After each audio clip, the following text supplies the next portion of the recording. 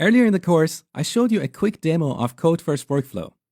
But the example I used in that lecture was pretty simple. We had a model with a single class. In this lecture, I'm going to show you the Code First workflow one more time, but with a more complex domain. A domain with multiple classes and association between them. So I'm going to create the same model we had in the last section, the Pluto model. But before we get started, we need to install Entity Framework. So we go to Package Manager console.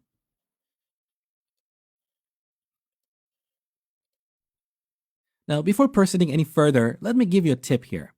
Since we're going to use Package Manager console a lot in this section, it's going to be tedious to open it up via the Tools menu. So I'm going to show you how to create a shortcut so you don't have to use your mouse. Let's go to Tools, Options, under Keyboard. Here, you can type the name of commands that you would like to create a shortcut for. So let's type Package Manager console. There you go. So all in one word without any space. Note that currently I have a shortcut here, which is Alt with slash and then dot. Since slash and dot are next to each other, I find this shortcut very easy to work with. So to create this shortcut, simply put the cursor here, press shortcut keys, and then click Assign and OK. All right, back to Package Manager console. Now we need to install Entity Framework. Now, when you run this command, Package Manager will get the latest version of Entity Framework.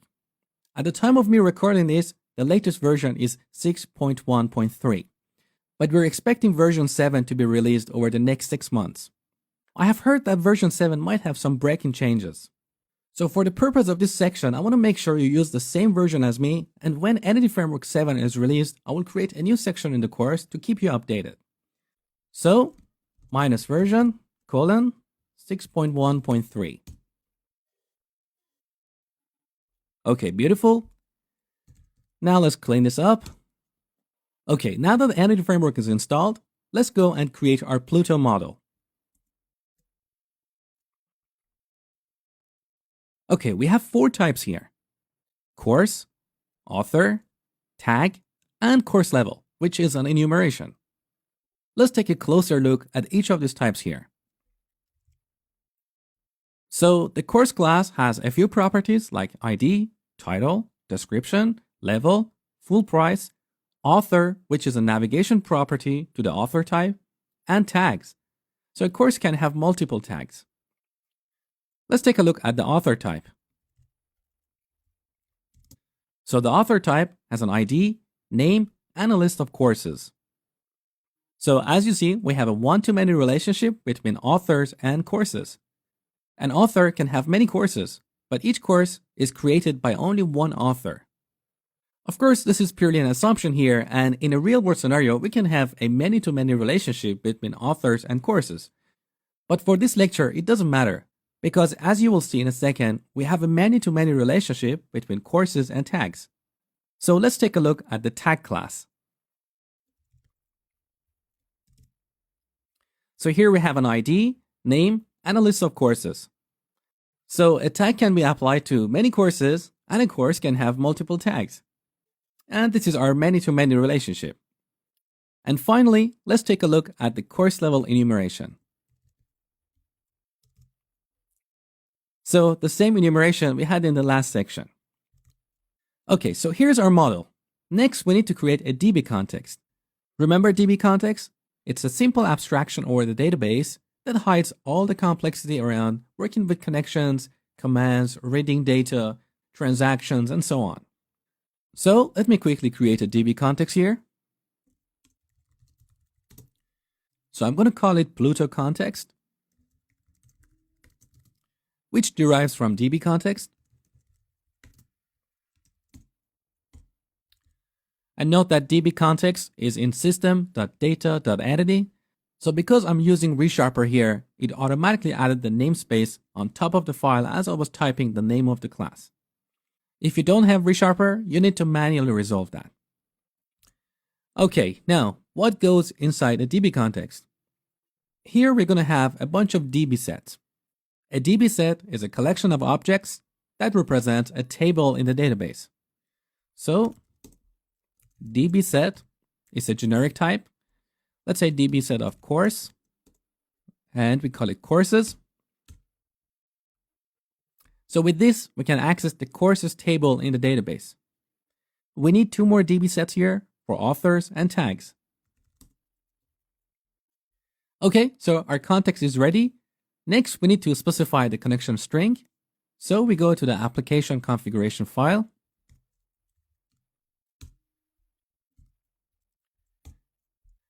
Under connection strings, I'm going to create a new connection string. Now here we need to give it a name. If we use the same name as our DB context, we don't need to specify any additional configuration because the Entity Framework can detect connection strings based on convention. But in this case, let me deliberately create a connection string with a different name to show you how to have more control over your connection strings. So let's call this default connection. And here you specify whatever connection string works for your environment. I use SQL Express, so that's my data source. Next, initial catalog, which is the name of the database. I'm going to call it Pluto Code First. And finally, integrated security equals SSPI, which means Windows Authentication. Now, one more attribute of the connection string is provider name. We need to specify that to work with Entity Framework code first. So here we set system.data.SQL client. Beautiful. So our connection string is named default connection, which is different from the name of our DB context. So back here, in this case, because we have broken the convention, we need to tell Entity Framework explicitly what the name of connection string is. So here we create a constructor and simply call the base constructor. So note that here we have a few different overloads. I'm going to use the one from the last, which takes a string that determines the name or the connection string. So here we can specify the full connection string, which I don't recommend because it's better to store it in the configuration file. Or we can specify the name of this connection string in the configuration file. So we type name equals, and in this case, it's default connection. Now we need to go to Package Manager console and create a migration. But the first time we need to enable migrations.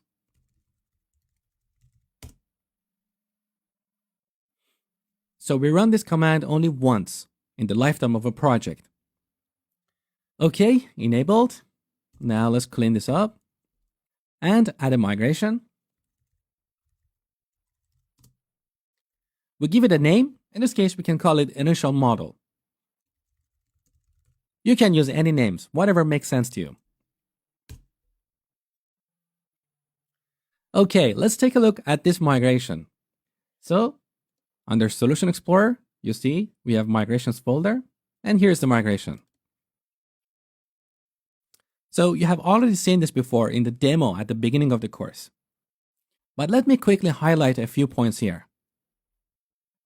So this create table method here tries to create a table called authors with these columns, ID and name. Note that Entity Framework code first uses convention over configuration. So these columns you see here, their names, their types, their configuration is based on our model. So Entity Framework assumes when a class has a property called ID, which is an integer, often it's an identity column and it's a primary key. If these conventions do not work for you, you can always change them, as I will show you later in this section. Now let's take a look at another create table method here. Look at this one. So here we create a table called courses with these columns here. We set the ID property as the primary key. And here we have a foreign key to the authors table. And here is the column that is used as the foreign key. So in the courses table, we're going to have a column called author ID, which is a foreign key to the authors table. If you don't like to have this underline in the name of your column, you can always change the convention. That's not a problem at all. And finally, look here, we create an index on the author ID column, because it's quite likely that we may want to look up all the courses by a given author. So all of this is based on the conventions that are built into Entity Framework. Let's take a look at another example here.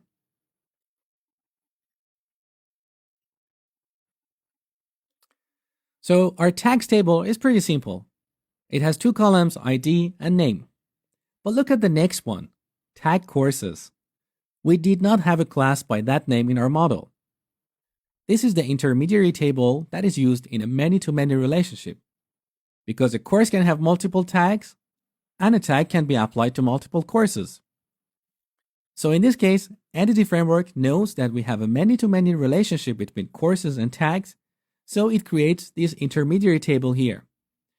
Personally, I don't like this name. I think it would be better to call it course tags as opposed to tag courses. But again, we can always change this. And that's a topic for a later lecture in this section. So for now, don't worry about it. Now, one thing I want you to pay attention here is the primary key for this table. Note that here we have an anonymous object with two properties, tag ID and course ID. So the primary key in this table is a composite key. And we have two foreign keys, one to the tags table, the other to the courses table. Note that for both these foreign keys, cascade delete is turned on, which means if we delete a record in the tags table, the related records in this intermediary table will be deleted. Same happens if we delete a record in the courses table. So as you see, Entity Framework is very smart in terms of determining what your database tables should look like based on your model. This way, we can purely focus on the code instead of wasting our time in the table designers, creating relationships, enabling cascade delete, and blah, blah, blah. You know that. So that's the reason I personally love the code first workflow. Okay, with all this, now let's run this migration on the database. So back to the Package Manager console. Update database. Beautiful. Let's go to SQL Server Management Studio. Refresh databases. So note that Entity Framework created a new database. And inside this database, we have all these tables. In the next lecture, I will show you how to use the code first workflow with an existing database.